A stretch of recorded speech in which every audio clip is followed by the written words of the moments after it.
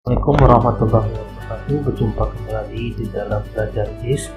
Pada hari ini kita akan mencoba memaparkan bagaimana menginput data X dan Y dari Excel.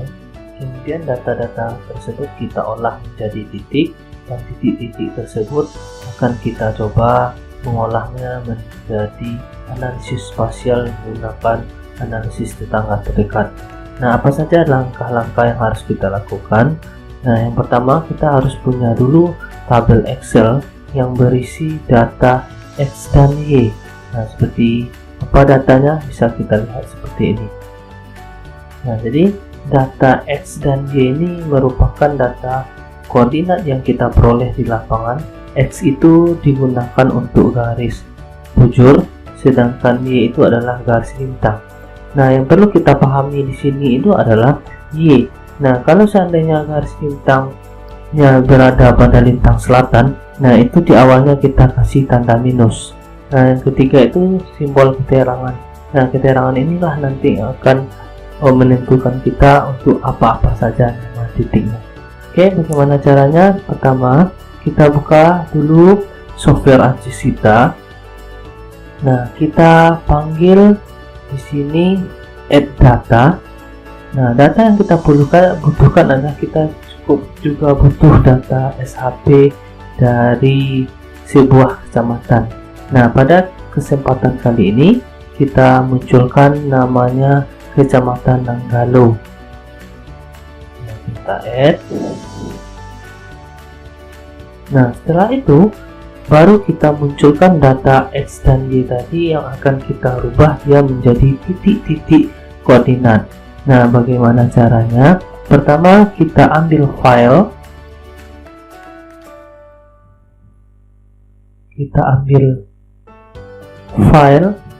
Kemudian add data, terus ambil add X dan Y. Nah, di sini kita konekkanlah data kita ke folder yang kita gunakan tadi. Nah, kita browse. Nah, kita ambil misalnya dia datanya adalah di C. Nah, ini. Nah, jadi nama Excel kita tadi kita contohkan adalah data bangunan yang bisa kita jadikan shelter. Nah, kita ambil data shelter, kemudian kita add. Nah, itu dia data kita tadi itu berada pada sheet 1. Kita pilih sheet 1, kemudian kita add. Nah, di sini otomatis dia akan terbaca sistem koordinatnya. Nah, sistem koordinat yang kita gunakan di dalam Excel tadi itu adalah sistem koordinat WGS 1984. Nah, setelah ini kalau seandainya koordinatnya sudah pas, kita langsung oke. Nah, ini penglihatannya biarkan saja. Nah, di sini bisa kita lihat data titik-titik ini sudah muncul. Nah, titik-titik ini dia sebenarnya sudah mempunyai data atribut. Nah, tetapi supaya dia bisa kita olah menjadi analisis spasial menggunakan analisis tetangga terdekat, data ini perlu kita pindahkan dulu kepada SHP. Nah, caranya kita klik kanan pada sheet event tadi, kemudian kita ambil data, terus pilih export data. Nah, kita ambil ekspornya itu all feature. Nah, semuanya. Nah, kemana folder itu kita simpan? Nah, kita pilih.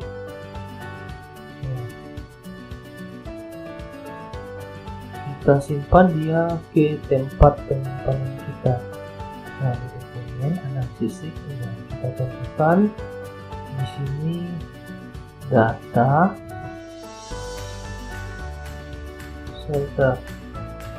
Nah, kita save, lalu kita okekan.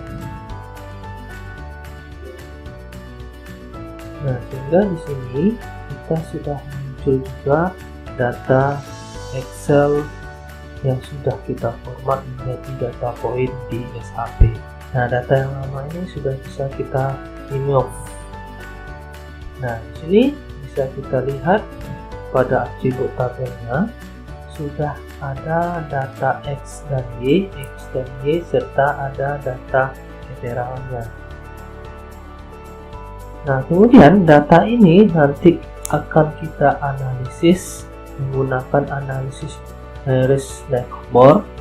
Itu merupakan analisis spasial untuk menentukan analisis tetangga terdekat.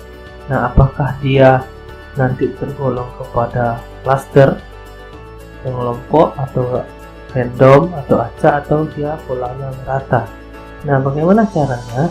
Cara yang harus kita butuhkan itu adalah kita harus klik di R-Toolbox-nya terlebih dahulu. Nah, kita buka di R-Toolbox inilah nanti bagaimana caranya. Nah, pada R-Toolbox itu kita ambil Spatial Statistic Tool. Nah, pada Spatial Statistic Tool kita pilih Analyzing Pattern. Nah, pada Analyzing Pattern, kita ambil Average Nares-Snakebar. Nah, Average Nares-Snakebar ini artinya dalam bahasa kita adalah analisis tetangga terdekat. Nah, apa fitur yang perlu kita masukkan itu adalah data filter. Kita ambil data filter, kita pilih dan kita masukkan kepada input fitur class. Nah, setelah itu kita okekan.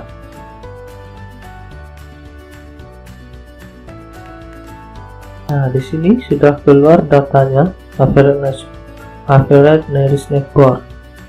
Nah, di sini bisa kita lihat berapa data-datanya. Nah, average Nares-Snakebar-nya itu bisa kita lihat dari NN ratio itu 5,3, atau di sini yang di bawahnya Nares-Snakebar ratio. Nah, 5,3. Nah, kalau seandainya datanya 5,3, apakah dia tergolong kepada acak, mengelompok, atau merata? Nah, untuk itu kita bisa melihat datanya seperti ini. Nah, data 0 sampai 0,7 itu dia untuk pola spasialnya itu adalah cluster atau mengelompok. Nah, 0,7 sampai 1,4 itu polanya adalah tersebar atau random. Nah, 1,4 sampai 2,14 dan seterusnya itu polanya adalah merata. Nah, jadi data kita itu adalah Nares-Snakebar-nya adalah 5,3.